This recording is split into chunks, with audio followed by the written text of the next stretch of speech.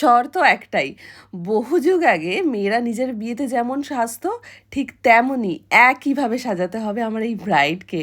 আর সেই মতো এই মহারানীকে আমি সাজাতে চলে গেছিলাম প্রায় 110 কিলোমিটার দূরে, তাও আবার একটা ভীষণ ভীষণ ভীষণ ভাইটাল ডেটে। আগে থেকে যে সব কিছু ওর থেকে শুনে নিয়েছিলাম তা কিন্তু একদমই নয়। একদম দিনের দিন জায়গায় গিয়ে ওর থেকে জানি শুনি কিভাবে ও সাজবে, সেই মতোই আমি চলে গেছিলাম বর্ধমানের RJ হোটেলে। জানো, সেই 1.5 বছর আগে বুক করেছিল বলে আমার যে কত ব্রাইডকে ক্যান্সেল করতে হয়েছিল তার কোনো হদিশ নেই। একদিকে খারাপ লাগছিল, আবার আরেকদিকে এক্সাইটেডও ছিলাম, কারণ অনেকটা দূরে ব্রাইড।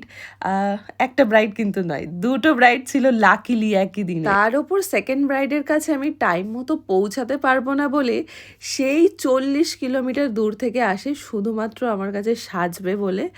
ভাবো একবার তার ইচ্ছেটা, আবার 40 কিলোমিটার সে রিটার্নও যাবে এই ব্রাইডাল মেকআপটা করার পর। হ্যালো অনুশ্রী। আচ্ছা, তো 4th মার্চ ভীষণ মানে পিক ডেট, প্রচুর বিয়ে আছে আজকে। তো কেমন কি লুক চাও বলো? আমি যেমন তুমি সাজাও সবসময় সিম্পল বাট খুবই সুন্দর, আমাকে যেন কিউট লাগে দেখতে, ব্যাস। বাচ্চাদের মতো মানে কথাটা দিলে বাচ্চা মনে হচ্ছে কথা বলছে। তো এরকমই দেখ, আমাকে যেন আমার মতনই লাগে। আচ্ছা, তারপর তোমার উপর পুরোটা। ওকে ওকে, ঠিক আছে, সুন্দর করে সাজাবো, প্রমিস। চল লেটস স্টার্ট। যেহেতু দুটো ব্রাইড, তাই টাইমটা ভীষণ মেপে মেপে আমাকে সাজাতে হতো। আর ওকে বলে দেওয়া টাইম মতো মোটামুটি বসে পড়েছিল।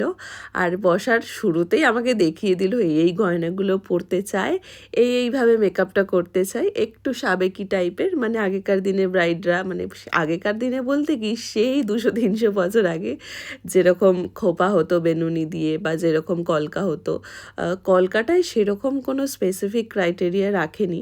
একদম বলেছিল যে তুমি তোমার মতো করো, যেন একটা সাবেকি টাচ থাকে মেকআপের মধ্যে। আর সেইভাবেই আমি শুরু করলাম ওর মেকআপটা। ওর স্কিনটা